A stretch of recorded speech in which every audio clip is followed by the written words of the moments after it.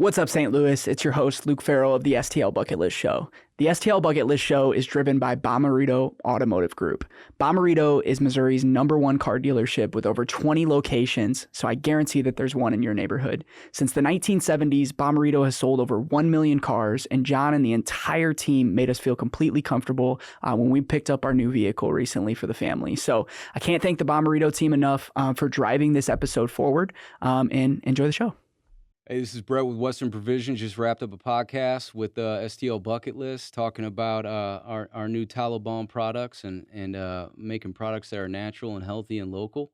And we hope it went well. Look forward to you guys watching. If you want to hear about St. Louis, tune into the Bucket List Show weekly. Hear what Marissa and Luke say. It drops every Wednesday. Got a dope new guest every single week. Buckle up for the ride. Who's it gonna be? Who's on the show today? They rep St. Louis. What to do in the loo on a late night, or maybe what to do on a date night. Yeah, Bucket List has you covered. They know what's going on. What's going on? They'll give you, hey, 18 different things to do, or 19 if you need one more to choose. Yeah, this city is a place we call home. A place we call home, yeah. What's up, St. Louis? It's your host, Luke Farrell of the STL Bucket List Show. We're back with episode 161 of the STL Bucket List Show. We put these episodes out every single Wednesday, highlighting the people, places, and events that make St. Louis special. I got to shout out my friends over at Four Hands Brewing Company. Been a partner of ours for a long time. Definitely some of the best craft beer that you can find in the entire Midwest. Of course, my friends over at Bomarito Automotive Group. My wife and I just went there, got a brand new car for the family. As you have more kids, you have to have more size in your car. So we had to get an SUV. Shout out to John Bomarito, the entire team at Bomarito. And then, of course, First Community Credit Union, our business banker. Been amazing to work with them. They're actually a local bank. They have over 40 branches across St. Louis. And since they're a credit union, there's no CEO. They're owned by the people. So member only. So it's been a cool journey, but got a special episode planned for you guys today. You might have seen on our social media, we've been posting about this amazing Tallow Balm. Tallow Balm's been a huge trend, and there's these guys out in Defiance. We got Brett Apted in the studio today. Thanks for coming on, man. Appreciate you. Appreciate you having me. So Brett, I kind of want to start it off by not talking about the business or anything like that. Just give us a little bit of a backstory on kind of, are you from St. Louis? Kind of tell us about your childhood and kind of what led you to entrepreneurship. Yeah. So I'm from St. Louis. I grew up all over the county, Chesterfield, Town and Country, a little bit everywhere, Kirkwood, and was a hockey player. So I went out in junior and senior year, lived out in Salt Lake City, played hockey up there. And then, pretty good St. Louis County childhood, I'd say. Once I got done with hockey, I was playing up in British Columbia, came back home. Everybody was, already in college down at Mizzou or wherever, and I was 20 at the time, because normally when you go play juniors for hockey, whatever you played to your 20, 21, then you go to college. And so I came home and, applied for Mizzou, and I had like 6 months before I officially got in, and so just like 6 months to sit around and all you were was an athlete before then. So Yeah. you're like, what do I do? Yeah, exactly. And I knew I always kind of wanted to do something in business or start my own thing because I have family actually on both sides who are entrepreneurs, but especially on the Apted side, my grandpa, Steve Apted, was he had hotels and a bunch of different businesses and restaurants and whatnot. And his mom, my great grandma, had a really famous, anybody who's like over 50 years old in St. Louis knows about Miss Holling's Cafeteria. So that was my great grandma, and she was a total stud. I always tell my daughters about her now because, she was, restaurant owner in the Great Depression. A woman owns a restaurant in the Great Depression in downtown St. Louis. Ended up being, I think they made some list. I forget who the publication was, but they were a top 100 highest revenue grossing restaurant It was like in a huge America. cafeteria, Yeah. served like hundreds and thousands of people a week. Yeah, exactly. They're the only ones on that list that didn't serve any alcohol. And so it was all, cakes, pies, lunch service, breakfast. And then I think my grandpa got in and got some big catering contracts with some of the hospitals and stuff. So it was just a total institution. So then my grandpa broke off from that when he was about my age now, in his early 30s, and went and did the Cheshire Hotel and just did a bunch of crazy stuff that we grew up hearing about all the time. And he passed away when I was about 10 years old.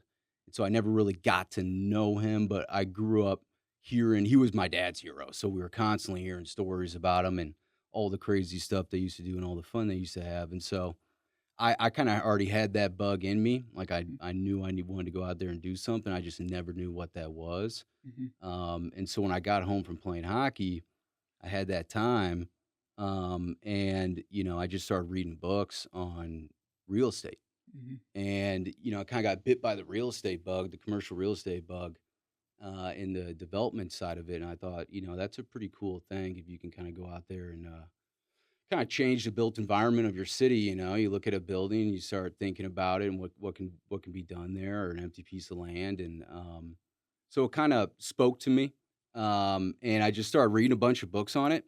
And by the time I got to Mizzou, I was already sick of college, Mhm. which was probably going to happen pretty quick either way. Um, and my brother was down there at the time, and so I started telling him, "You gotta start, read these couple of books. Tell me what you think." And he was ready to bounce out of there and start his own thing too. So we joined up and piled together the tiny little bit of money that we had, Mhm. and we said, "Screw it, we're going to go for it." And we had no idea what we were doing, and we started Apted Brothers Development, or whatever you want to call it, and just went out there and started putting buildings under contract and Mhm. going for What it. year was that when you guys started? This would have been like 2012, 2013. Mhm. And it's like 2 guys, like brothers, so, like, obviously solid partnership, but, like, 2 guys with no money at the Yeah, time. zero College money. kids, Oh, yeah, and we had no idea what we were doing, and we didn't ask anybody either. We just said, "We're just gonna go out there and, start doing it and see what happens." Mhm. But we're pretty hard-headed, so we hung in there. So, real estate development, so, like, Apted Brothers, so, like, you guys started that, like, walk the listeners through, like, kinda what that looks like, because you mentioned you put a contract on a building. Yeah. So, like, tell us, like, what that even means, Yeah, because 'cause I'm so curious. yeah. So, like I said, we probably had, like, 20 grand, something Mhm. like that. And we really, coming from St. Louis County and stuff too, part of it was, we wanted to go start something really on our own. Mhm. And we kinda grew up, constantly hearing about, the family stuff, and everyone knows about the Apted family, or a lot of people do in town. So, I think we kinda had this, like, self-perception that we were, like, silver spooned a little bit, Mhm. and we wanted the real street cred. So we decided to just move straight down to the most hood place we could find, Mhm. which was Benton Park West, California, and Juniata at the time. And so, yeah, 2012, 2013, St. Louis, becoming a real estate developer in St. Louis in 2012, 2013 was like, no man's land. Mhm. Which Um, was a good thing or bad thing? I guess it was, if I was smarter, it probably would have been good, Mhm. because like all the sites that we looked at and that we had under contract ended up being, Something. yeah, good developments. Yeah. But we didn't have the skill set in order to really execute on it. Um, so it was good in that sense that there was kind of like it is now, where it's like, hey, there's not a ton of competition. There's not a ton of people out there really trying creative things, and it's not super competitive, but very difficult in the sense that everybody wanted to tell you, yeah, I talked to you about being your lender, or being your investor if you were in St. Louis County or in St. Charles County, or an entirely different market. Mhm. Nobody, at least none of our network or connections within arm's reach, were even thinking about the city of St. Louis. Mhm. And there really wasn't much momentum back then either. You had Cortex was kind of like getting going at that time. Mhm. And that's like what everything was, that was like half the sales deck, no matter where Yeah. That the was building included in was. Yeah, I everything. was like, well, Cortex is happening. Yeah. But there really wasn't much else going on. So it was very difficult in that sense, Mhm. to like raise money or anything else.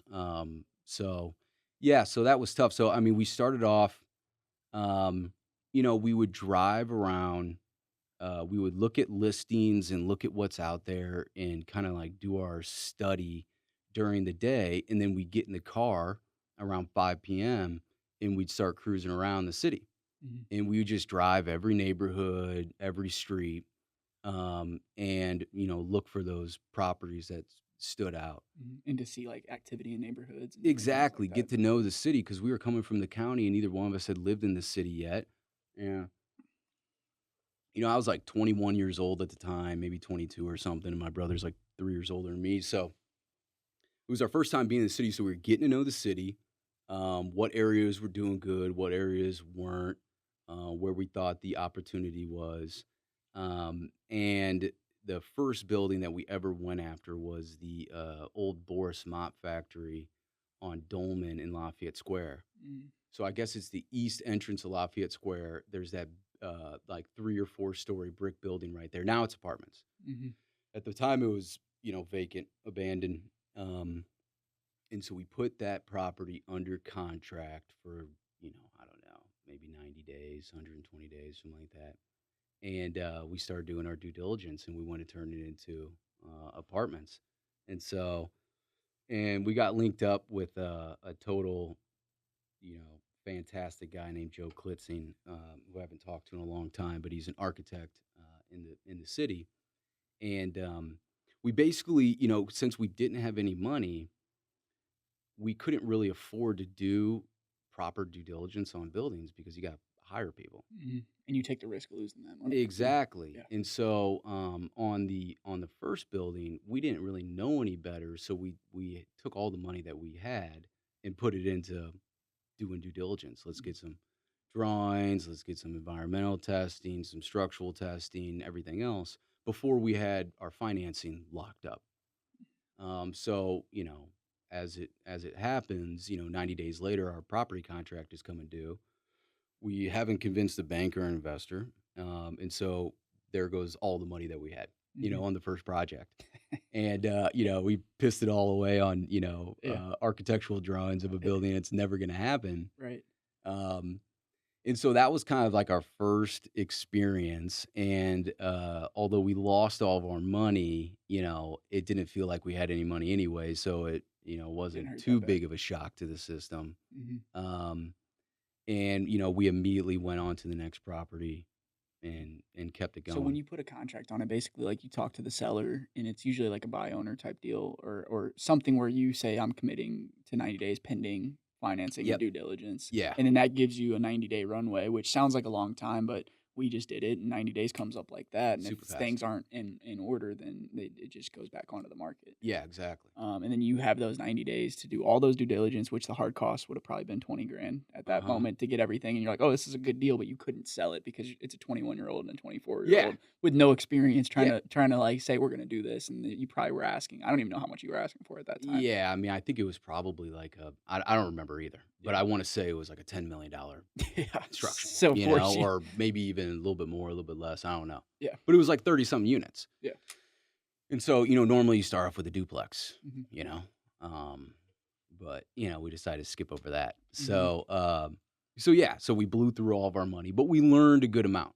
And, and at that point now we were out of money.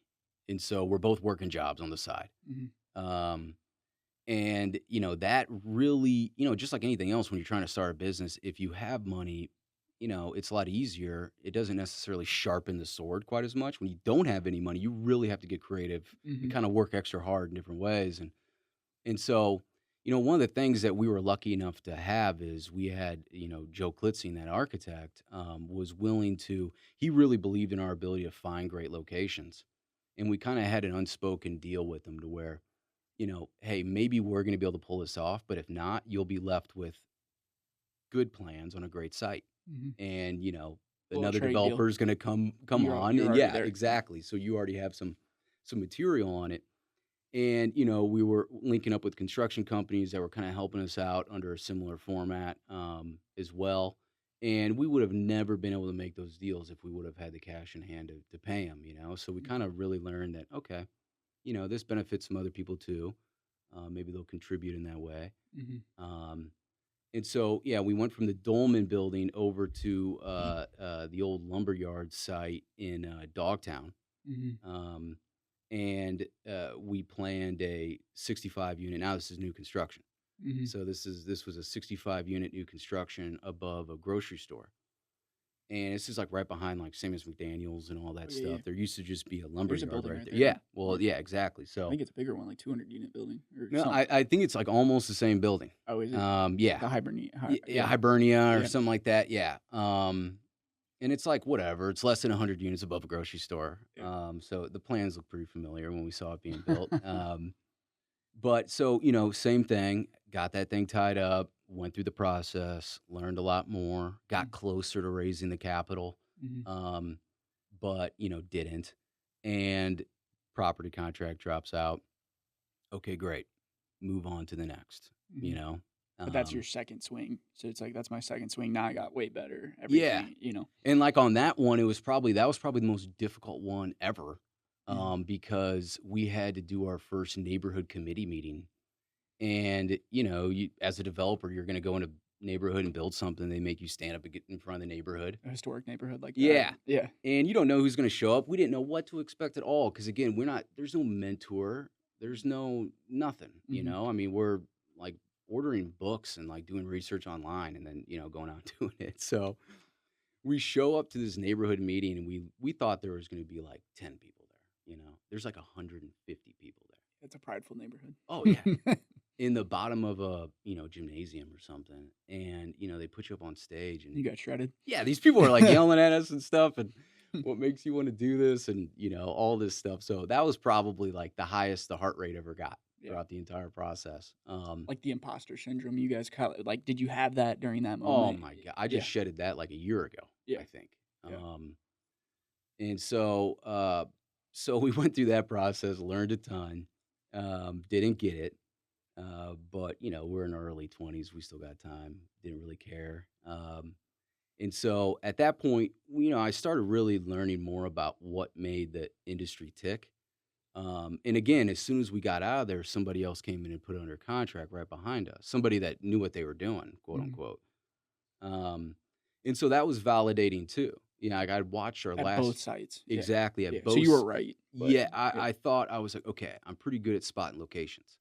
How to get this damn thing built, that's another story. Um, so that, some validation there, some more lessons learned. At that point, it was probably like 2013, 2014. Um, and I started seeing the student housing wave was just starting to build up at that point. Mhm.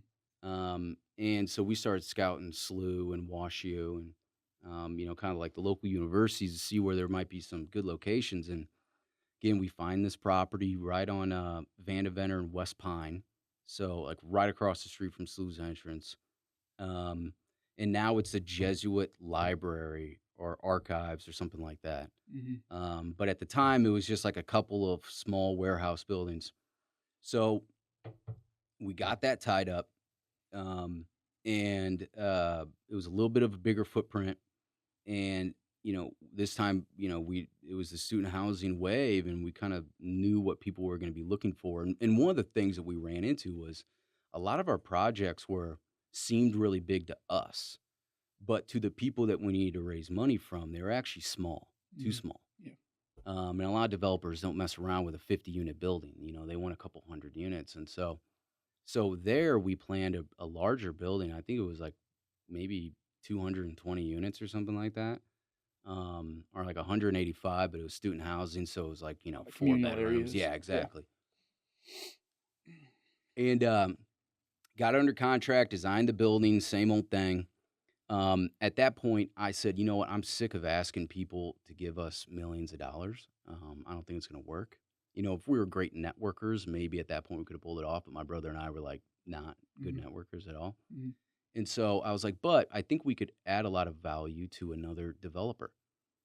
Because we're bringing a really good site and a really good concept, and then if we could hand it off to somebody else that could take it across the finish line, maybe we could carve ourselves out a little tranche, at least enough to make a little money Mhm. to get going. 'Cause at So, this time, you're like, is this like all in 1 year? All 3 of those? Or that a couple like over probably like a year and a half. Yeah. you And know? your architect's like, all right, man, we got to get one to the finish line. Yeah, Like all your exactly. guys are starting to be like, hey, we can only do so many more Yeah, favors. yeah, exactly, exactly. And so, and really it was just Joe. Yeah. Joe was really helping us out. Yeah. And back then I think a lot of people in the industry, on the, adjacent to development, the construction guys, the structural guys, everybody else, architects, they were hungry for work. Yeah. There wasn't a lot going on in the city of St. Louis in 2013, 14. Right. And so, people were, happy to jump on board and try to help out where it made sense. Joe was the one that was really putting in hours Mhm. for us. But then again, I think he already had like the Dolman building in Hibernia bill. I think he was already part of those deals, by the time we got to SLU. It was Mhm. just the Apted brothers that were gone. Right. So we had the student housing on West Pine, and now we're taking this new approach where we're going, okay, we're gonna go talk to developers about this. Mhm. So we talked to a couple in town, and then I don't know how we got put in contact, but we ended up linking up with a group out of Dallas, Texas, and it was a private equity group that had a development arm to it, and they were looking for student housing deals. The guy's name was Mike Augustine, and he flew up to St. Louis, and he was like, "This is a no-brainer." He's like, "This is a fantastic site, center target, what we're looking for. What Mhm. do you guys want?" And we said, "Well, where does it make sense? I mean, do you want us in this deal? Can we learn from it? Can we be a part of it, or do you just want to get us out of the way?" And he's like, "Probably get you out of the way." And we're like, "Okay." So we had a deal for an acquisition fee basically Mhm. when he was going to close, when the property was going to close. And it was to us at the time, I want to say it was like maybe 150K or something like that. Mhm. But to us at the time it was, So you lose everything. $20 million. Yeah. Yeah. I mean, we were going to freaking Vegas.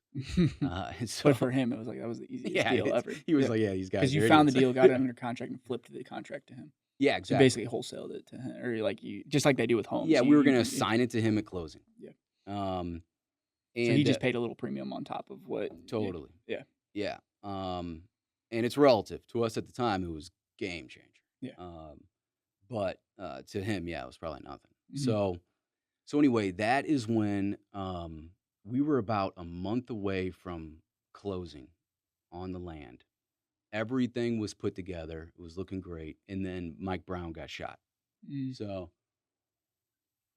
and I literally remember watching the news in our living room. And I think we were in like McKinley Heights at that point, and just had my phone on the coffee table, just waiting for Mike to call.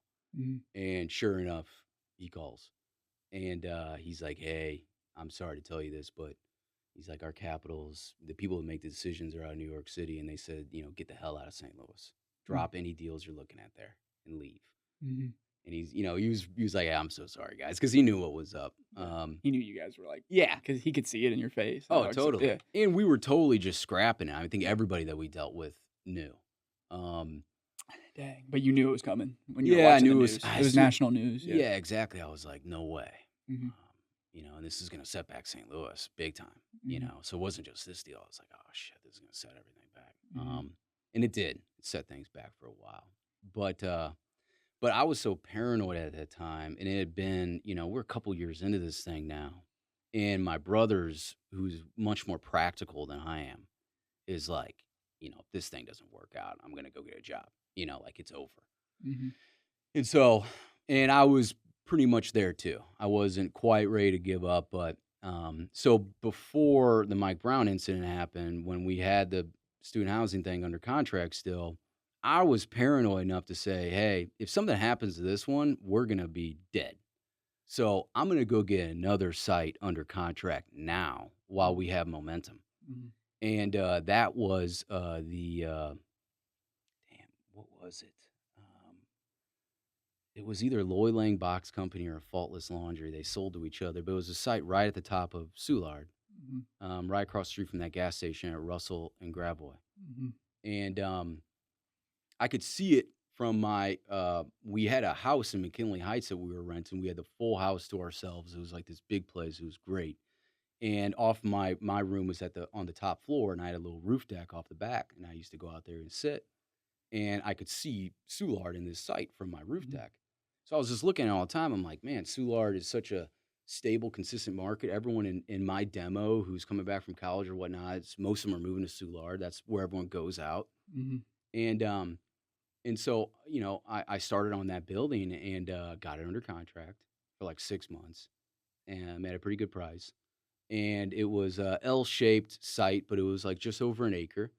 And so I don't even know if we had plans for that one at that point. Mhm. I think at But that you point, just gave yourself a 6-month window. You're like, "Let me just exactly. I grab was this like, for 6 months." exactly, and let me go You learned the 90 days is not yeah, enough. 90 days is not enough time.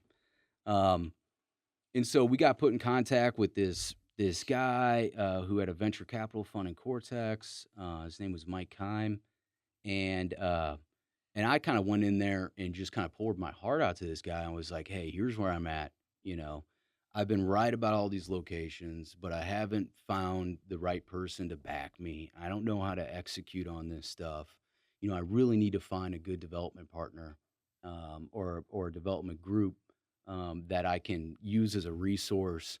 And he's like, "Well, what do you have right now?" And I showed him the site that I had, and I had a little deck of what I thought were the top 5 properties in St. Louis at the time. And Same little PowerPoint. yep, Yeah. and this site was one of them. And so he's like, uh, there is a guy named Tim Brees who was working for Brinkman Construction. You should go talk to him. He just broke off and he's doing his own development thing. And so we went. My brother and I went and met with Tim, and Tim's a great dude. And he was like, "Hey, this could be a match made in heaven." He's like, "Because I know everything about building and developing." He's like, "What I don't know is really where to do it." Mhm. He's like, "I've spent my whole career in construction." Just getting told where to go. Yeah, Yeah. especially on the private development side. So he's like, "I know how to build."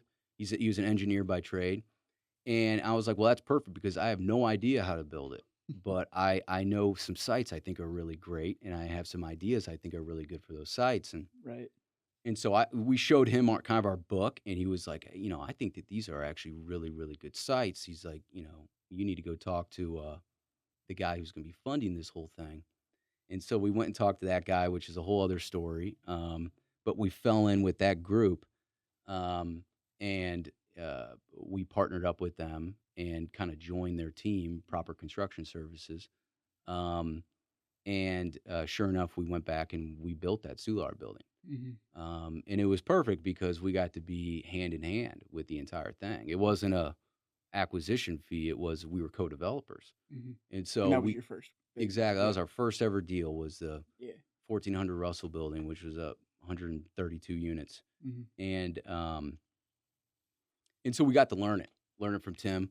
Mhm. And he was great, because I mean, he knew where we were at completely. And he kind of let us do our thing. And, we were out there sourcing other projects for them.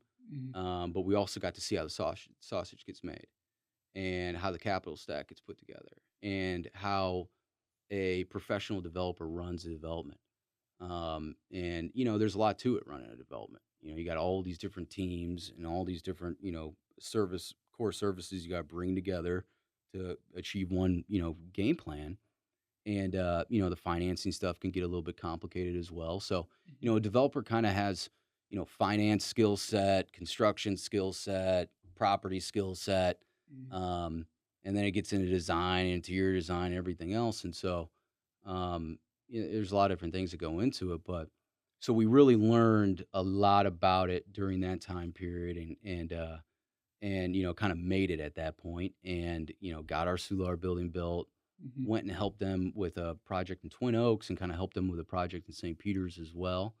Um, and then at that point, that's when things kind of changed a little bit for my brother and I, because they really wanted to focus more on the county, and I was bringing them more projects in the city, and they were kind of getting shot down. Mhm. And they were And going farther and farther out in the yeah, county. exactly. Yeah. And I understand, now looking back, it's like I totally understand why they were doing 'Cause it. they're killing it out there. Well, Yeah. yeah, and I still, my tolerance for risk was so intense, you know. Mhm. And some of these sites were so opportunistic, as they would say. But a few of them that I brought were, really good, kind of legacy sites Mhm. that I was kind of able to break open. And then when those got turned down and it was coming more in the county, my brother and I, we really didn't get into it to have a 60-year career in real estate development. We got into it to achieve a goal, you Mhm. know? And so at that point, we had kind of achieved the goal. Mhm. And so we took a step back and said, all right, cut us whatever check we're worth and, for these buildings and, let us go do our own thing. Mhm. So we got, and then we went down a little bit of a side road at that point Mhm. with the military stuff. Yeah. But yeah, I mean, the story gets crazier from there. But So you basically, I mean, I love the story and how you I didn't even know about the military stuff. I don't even know if you told me that or not yet. yeah, But yeah, um, so you guys are born entrepreneur. I mean, you guys have been entrepreneurs your whole life. I mean, you've obviously worked other jobs, but for the better part of your adult life, you've been finding deals, taking risks, yep, doing other things. totally. That led you guys into other business. So, like, what other things have you guys done? Besides the real estate stuff. We were doing the real estate stuff the whole time. Mhm. That was the core focus, and we were really making just enough money um, to survive. Mhm. And then when we got the Soulard building done, is the first time we really started making like real money. Mhm. And then when we left, we got left with some, pretty good money. And so that was, at that point, up until then, it was just real estate was the Mhm. only thing that crossed our mind. Yeah. Um, there's always been things I've wanted to do outside of that. Mhm. Um, but it was just that. And just for the record, we never joined the military. We got Mhm. very close, Mhm. but we planned on it. Mhm. After we got the Soulard thing done, we were like, okay, what's the next crazy thing we could do that Yeah. feels inspirational? Yeah. So okay, yeah, let's Feels good. yeah, Yeah. let's try to go get in some war. And so but then we had the kiddos. Yeah. So the kiddos Changes your God, yeah, perspective a little God bit. said, "Yeah, how about I shove you over here?" Yeah. Um, No, that's incredible. So tell me about the story about the Tallow Balm because when we met, you guys obviously, had your farm out in Defiance and we're doing this, but like what put you on to tallow? And now it's this huge trend. It sounds like yeah. you're just hopping on a trend, but you've been on this for a long time. So tell me about how that all got started. Yeah, so I mean, we've always been very much into like health and wellness, health and fitness. You know, mom was a personal trainer growing up. Parents got divorced young, so like mom was a personal trainer, and we always say like daycare was at Gold's Gym on Manchester Road for a long time. And Mm-hmm. stepdad, huge gym rat, fitness guy, football player. Dad is a great athlete and was always working out. So we were totally in. We grew up that way, and Mm-hmm. my mom was like 30 years early on the health and wellness trends. Yeah. Yeah. Um, Nobody in the early 2000s, nobody oh was, yeah, she nobody was. cared about health and I mean, wellness, she really. was in the 90s. She was Yeah. ranting and raving about how we don't have health care, we have sick care, Mm-hmm. and the food's poison, the stuff we're putting on our skin's not good, and Mm-hmm. um, we were the least favorite house to come have a sleepover at She didn't have because any we good we didn't sense. have any pizza rolls, we didn't have Hot any pockets. Doritos, nothing. It was like Ezekiel bread and egg whites. Yeah. Sounds terrible back Yeah, then. it was. It was. I got some buddies there still Yeah. kind of Yeah. scarred from it. Yeah. Um, but so we were always kind of on that front. And then we got really into it when we were kind of gearing up to go serve. We really took our health really seriously leading up into that, and we had nothing to do but sit around, train, and Mhm. research how to train better. Yeah. And so that's kind of where it started, where we really realized we started kind of getting tapped into how much endocrine disruptors were in some of the cosmetic products and some of the food. And we didn't want any more estrogen. Mhm. And so that's when we really kind of got into that side of it. But it wasn't until we had kids. Mhm. And so when, my brother had Sloan and then I had Blake, within 6 months of each other, and now we're dads, and then you go to Walgreens or CVS or whatever to get the diaper balm Mhm. or the lotion, and you're reading the back of the labels like 6 paragraphs Mhm. of It's like chemicals. you can't even read it because it's so small. Exactly, and Yeah. it just pissed us off, and so we started looking into, okay, what are some of these other how can we start replacing this medicine cabinet, with natural, organic, healthy alternatives? And, that's when we got turned on to the tallow balm. So we were on it. I gotta give my brother credit. I think he was the first one to find it because he's a little bit more of a psycho about this stuff. Mhm. But I could see so that. yeah, so yeah, you know him. So we came across tallow, beef tallow, a skin moisturizer, and obviously, it kind of makes sense on its face. Mhm. At least to us it did. Um, but then you start looking into it and you start, seeing all the actual not only is it like you're just stripping the chemicals out of it, so Mhm. it's not like negative to neutral, it's neutral to way more positive, because it's just loaded with like vitamins and minerals and CLAs and everything else that are really, really good for your skin. And so my brother started messing around making some and we were using it. Our wives have been pregnant basically ever since then. Mhm. Um, and so they were using it, and we were putting it on the kids, and having really good results. I had like chronic eczema on the back of my knees and on the back of my arms for like ever. Mhm. And then, I started using the tallow balm he was making, and it literally went away within like a week. And I was like, okay, Mhm. that's nice. Right. Um, and so, yeah, we were early on. And then, like summer last year, about that point is when, we were starting to make it and we were thinking about like we should maybe sell this stuff. Mhm. Um, and then my wife, who's much more on the interwebs than I am, Mhm. was like, you realize like TikTok's like the new like or like Tallow Bomb's like the new like hot thing on like TikTok and Instagram and stuff. Mhm.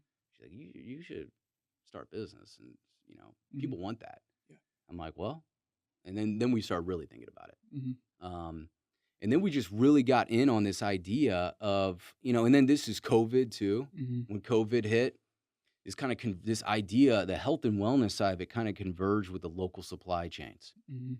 Because when COVID hit and everything shut down and everything was hard to get, really, made a lot of people realize how dependent we are on these massive global supply chains and for our food and for everything. Mhm. And, we're really passionate about bringing those supply chains back locally and making, St. Louis, it's like St. Louis is surrounded by farmland Mhm. and food producers and, makers and creators of all different things. Um, and, the hub of St. Louis, the consumer hub of St. Louis should be reaching out and grabbing that from their neighbors, Mhm. and giving their money to those people rather than, some company based out of, Vietnam or China or, Mexico or wherever, even on the other side of the country. Yeah. Made in the USA is great, but made in St. Louis and made locally, that's even better.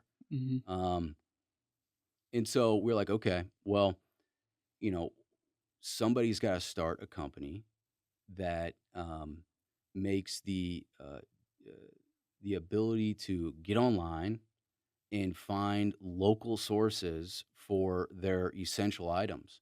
And so we came up with the name Western Provisions, and we started with the tallow balm, Mhm. and it's it's gotten off to a great start. But I think it's just we're just like a small part of a bigger wave that's going to Mhm. continue to happen. I think a lot of people have woken up to it, um, where they're looking at all these chemicals and everything else that are in there, Mhm. cause your skin absorbs. Everyone wants to think like your skin is so tough, and it is, but it's a organ. Mhm. I mean, it absorbs 60+% of whatever you put on it.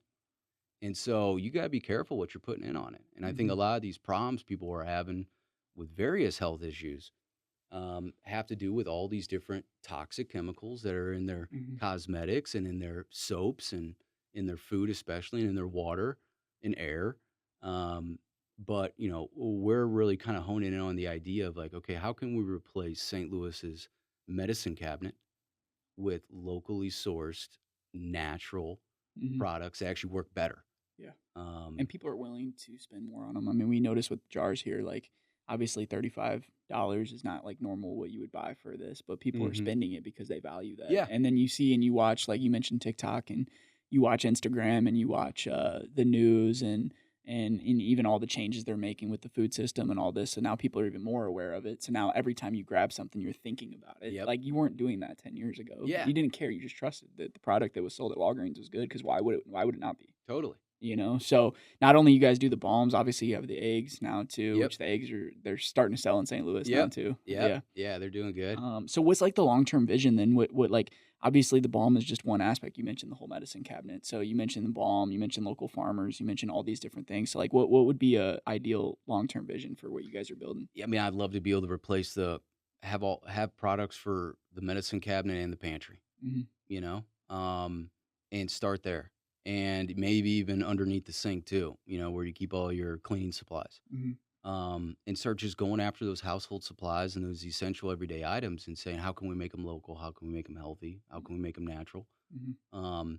And sure enough, before, Procter and Gamble and, Johnson and Johnson and all these other companies, people were using Yeah. things for their skin and everything else. And so, Yeah. a lot of the recipes, natural recipes, have been around for hundreds, if not thousands of years. Mm-hmm. And you can find sources for them. They're not extremely difficult recipes to put together. And Mm-hmm. so, we would like to become masters of that art. And it all starts with doing it for our own family. I mean, that's how we got into it. But Because you used it for months and months and almost years before you even sold your first can. yeah, literally years. Yeah. And then you're like, your brother's just like, I'm just making it because it's cheap. Like you just make it at home. Yeah, then and he you're just like, loves making stuff. not like even think yeah. that you would want to put this in somebody else's house. We weren't looking at it for money. Yeah. We were just looking at to optimize our own children. Mm-hmm. And because you're willing to put certain stuff on yourself, but like once you have a kid, you're like, no, that's not touching my kid. Yeah, you start to think about it yeah, a little different. yeah, you start thinking about it way differently. So yeah, I mean, we have a great toothpaste that should be coming to the market sometime soon. It's actually a tooth powder. Um, but and then we have a sunscreen that you've seen in the After Sun Balm with aloe vera in it, that we're hoping to be releasing here in the next month or so. And then we obviously have our baby balm. We have our green, which is the sandalwood tallow. Our orange is lavender. And then we have our frankincense face cream. And then we got the 1776 balm over there. That's got a bergamot in it. And they're all about 80-85% tallow. And all of our tallow is pasture raised, grass fed, no hormones, no antibiotics, no vaccines, no nothing. Just turns out, cows have good land. They just kind of live, you don't need to pump them full of a bunch of stuff to keep them alive. Right. Or kill them sooner. Exactly. But that stuff all gets down into the fat. The fat is a great store of toxins, So, I mean, if you a lot of got times you get less fat when they're so well raised. yeah, you get a lot less fat. Yeah. And so, that's what we've found, like when it comes to sourcing our fat from like really good ranchers, there's way more out there now than there was like 10 years ago, because now people are willing to pay a premium for it. So more people are doing it. And that, like Joel Salatin and all those guys, like with the regenerative agriculture, has become a way bigger trend. And so luckily there's way more good sources out there. But, if you're getting really good, healthy cows, they're not as fat. So maybe you're pulling, and a lot of what we try to use is the suet, which is the fat that's around the internal organs of the animal, not just the muscular fat. Both are fine, both work. The suet just has a little bit of a higher nutrient profile and has a little bit more like the CLAs and everything else in it. Yeah.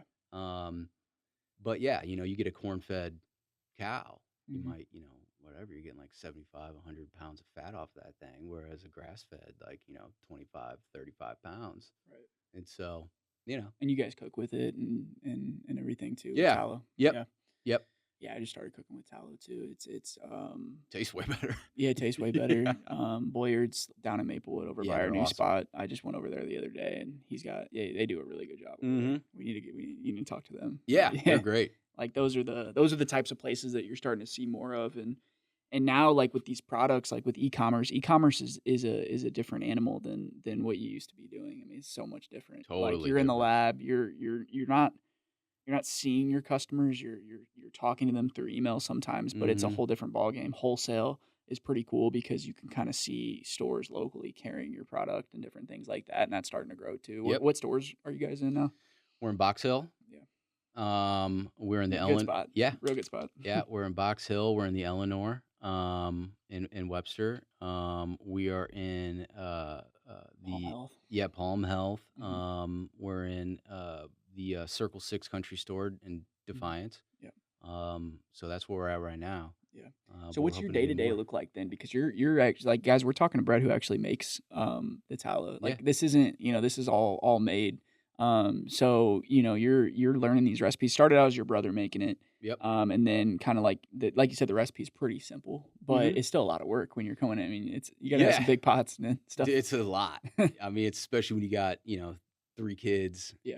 and a wife that loves to cook and everything else. I'm taking up some precious real estate in the kitchen these days. And so, yeah. The process is uh, just time intensive. Mhm. I mean, I'm not buying rendered down fat that who knows what the quality of the fat is. I'm buying, Mhm. good fat, and then I'm trimming it and trimming up any of the inconsistencies. Um, and then I'm slow rendering it and dry rendering it. So there's some quicker ways to do it. Mhm. But I don't, mix in, wet rendering is like putting water in with it, Yeah. but water equals mold at a certain point. And so I'm dry rendering everything and dry rendering really low temperatures. And so, I'll put the fat in the oven, and it's like a 15, 20-hour process Mhm. for it to melt down, and you strain it. And I'm pretty neurotic about that, so I strain it like 5 different times. Back and forth. Exactly, Mhm. through cheesecloth and till it's just as pure as can possibly be. And then I normally repeat that process 3 or 4 times. Like on the baby balm, Mhm. I'll normally render that baby balm down about 5 times. Yes, it's Uh, completely pure. yeah, so it's totally pure, and I know there's nothing left in there that could be bad. Um, and then also it's scentless too. Mhm. Like it's got kind of like a buttery, light buttery scent to it. Mhm. Um, which, isn't as it doesn't hit you as much as Right. like, regular tallow if you only rendered it down one time. Um, so yeah, it's a process.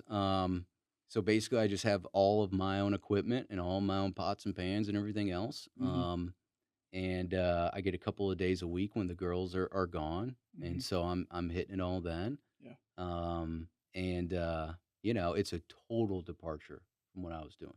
Mhm. I was Kinda talking to you peaceful. guys early Yeah. on about it, and I'm Yeah. like, I'm pulling my hair out over here. I thought this thing was gonna be like an easy, Yeah. like, oh, this could be easy compared to development. It's like this is 10 times harder. Yeah, and for some people, yeah, no, and that's what I'm saying. But like for some people, it could be like a sense of peace because you can kind of like just be in your own thoughts and like you have one job to like create this product, and then Totally. once you create it and you put it in this jar, and then it goes onto a shelf, then that's kind of like the development side of it. It's Yeah. like now it's built, Hmm. and stuff like that. So And I you think start getting good feedback. yeah, really good feedback. Yeah, and that's So been the best. that's yeah, like random messages, because we help you guys with the social media and stuff, and like seeing like a random message like we had the other day, like that's really cool to just Hmm. see some mom that's like, hey, I just use this, like I've been waiting for this, like her baby's about to be born, and they're Yep. taking it on planes with them and like flying, like Yep. they're using the product all across wherever Yep. they're at.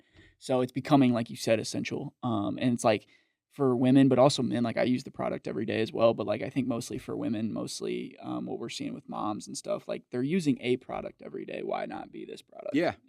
And it's a premium. So you talk about like some of the ingredients because I know you kind of go really hard on making sure that every ingredient. So then you're Yeah. spending more and more on all these ingredients, and then Hmm. even just the jars being glass is a big deal too as Yeah. well.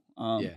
So yeah, Definitely talk not about that cheap. a little bit about the products or like about the ingredients. Yeah, so I mean, yeah, it's all about the ingredients. And the more you get into actually making something yourself, you start to realize all the shortcuts there are, Yeah. and there are so many shortcuts in the ingredients. It Mhm. makes you question some of the other products that are out there. Mhm. Um, but yeah, so I mean, like I said, the balms are anywhere between 80 and 85% tallow. So they're mostly tallow. Then we have some essential oil that we put in there too for scent.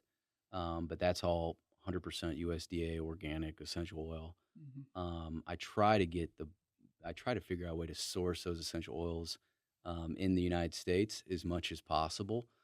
It's extremely hard to do. Mhm. So if anybody's got any ideas where I can get some good essential oils in the U.S., Yeah. then I definitely jump on that. Um, but most of our essential oils are coming from a company called Plant Therapy that's big, and they're out there, and they're really good, and they offer some really good organic versions of their oils. And so we're using those essential oils, and then for a addition, we've been using jojoba oil. Mhm. And we get our jojoba oil is actually sourced in the United States. It's the only one I can find sourced in the USA. Mountain Rose Organics is, I think they're out of Oregon, is where I'm getting it and just paying an exorbitant amount for it. Uh, and then we use castor oil, same thing, Mhm. 100% organic.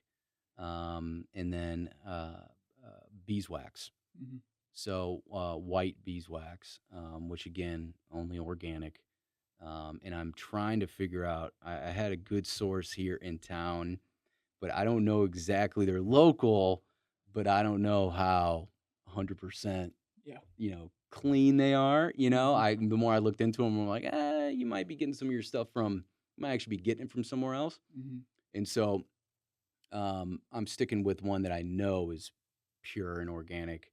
And I'm looking for somebody local. I'd love it if everything was local. Obviously, we're not going to get like jojoba oil Yeah. locally, Yeah. or castor oil.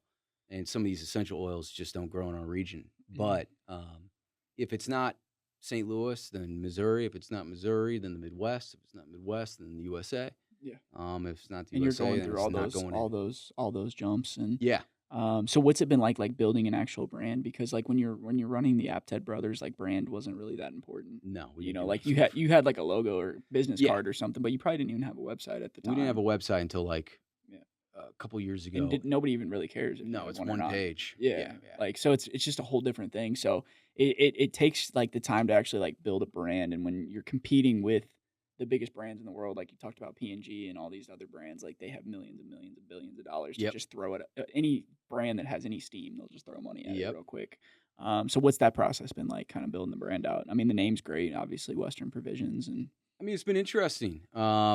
It's been fun, mhm, you know. Uh, I don't think I'm the best at it, mhm, So I've relied on other people to help me out with that. I know what the core values of the brand, natural, healthy, local, and kind of taking on the big corporate, big chemical, big pharma establishment, and bringing those supply chains back locally, like we already talked about, and making sure everything is really natural, especially in the family care products. mhm, It's like with baby care, and you know this now that you have little ones. Um, it's crazy how hard it is. You got to jump through so many hoops to find products that you trust and are healthy mhm, and natural. And even then, there's all sorts of gimmicks and games that get played. mhm. And a lot of these natural brands have been bought by the big guys. And then you start seeing those Product pimps. efficiencies come in. Yeah. And Yeah, those, petrochemicals start to yeah. come in.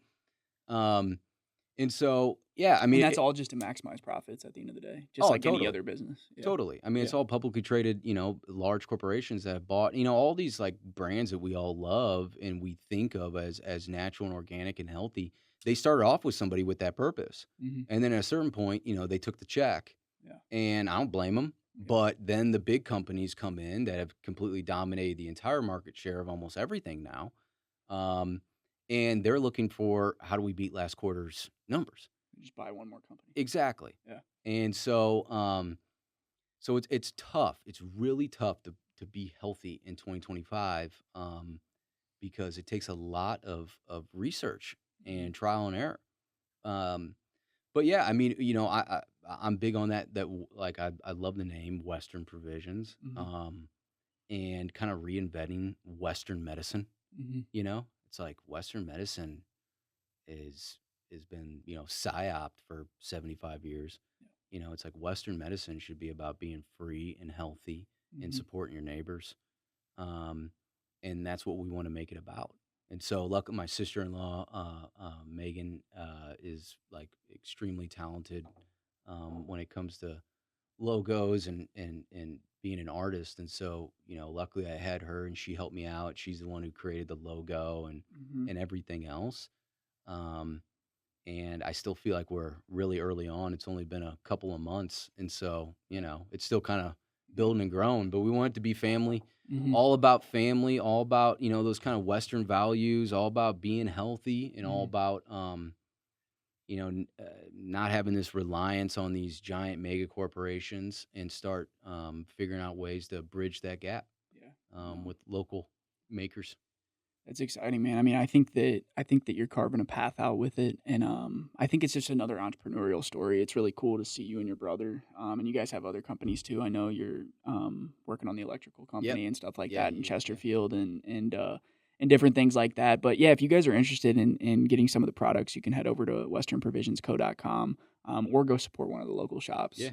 Box Hill, Palm Health, Please do. the Eleanor, which is a great baby store over in Webster Groves. But just to wrap up, you kind of talked about the long-term vision a little bit, but what uh what makes you most excited about this company specifically when it comes, because you've done big projects like 1400 Russell. Like, what gets you out of bed to make it exciting to go to work every day? Because you need some motivation to Yeah. get out of bed. I mean, I really like the idea of knowing that what really gets me excited is knowing that there's moms out there mhm, that are buying our stuff, and they're putting it on their kids. mhm, And I know how like sacred that is, and it's actually helping. yeah, And I'm actually creating a healthy product that's actually good and positive. mhm. You can And go to sleep at night and not have to worry. Totally. Yeah. And so, I mean, I really was like, "Oh, what am I doing? I should go do another real estate deal. I should go try this thing over here." And I've been in my head about it for a while, like anytime you're starting a business probably, but it wasn't until we started getting some of that good positive feedback where I was like, "Okay, Yeah. like this is really striking a chord." Mhm. Um And all it takes is one of those messages here oh, and there. Yeah, exactly. you don't And need thousands and I thousands. don't It's just one. yeah, and you're smearing all this stuff on your kids, and it's, and you don't mean to be doing it, but it's full of all these petrochemicals and endocrine disruptors, and we've gotten very unhealthy as a culture. Yeah. Our, people, all sorts of hormonal issues, all sorts of all kinds of different issues, and so, and if I believe, if I want America to be healthy, you Mhm. know, um, and I think so many other problems start to fall away. I mean, a lot of this stuff is because we have all these disruptive chemicals in our system all the time. And so, if we can help that, and also help local farmers and ranchers, and just producers of all, the bee lady, Mhm. who's only doing her stuff at the farmer stand. It's like if I can give her a consistent check every single month, Yeah. say, don't worry about doing all the stuff you don't like, just go be with your bees and give me great beeswax. Right. And same with the rancher. It's Mhm. like, okay, then the whole community becomes stronger, Mm. Well, a lot healthier. of the ranchers were throwing away this stuff anyways, like the Yeah, or they were just they giving it were to the before. producer. Yeah, Yeah, not but anymore. not anymore now. They're Steak smarter and now. Shake and all these people are using tallow and stuff. It's like, I saw that. I know I people saw a are, billboard the other day. I, I meant to take a picture and send yeah, it to you, but did you see that same billboard? It was up. It was like on 70. It says we only cook with tallow. It yeah, said Steak and I Shake, haven't seen that, but and I'm I've seen like, the that's headlines. great. I didn't even know Steak and Shake was still a business. I thought they lost all their spots. Yeah, Steak and Shake's awesome. I mean, I'm Yeah, glad I they're used to back love Steak and Shake. for sure, for sure. That's funny. Well, Yeah, Brett, I appreciate you for coming on, man, and taking the time. yeah. And Thank you. for you guys that are listening on YouTube or on Spotify, just head over to the website. We'll drop the link in the bio. But yeah, just try a product out. I mean, I know we talked a lot about moms, but this isn't just for moms. This is for No, it's for everybody. anyone. Yeah, this is for everyone. Yep. So super excited for it, man. And thanks for coming on, man. Yeah, Appreciate you. appreciate it very much. Thank you. Yep. Today they rep St. Louis, yeah. They rep St. Louis. They rep St. Louis.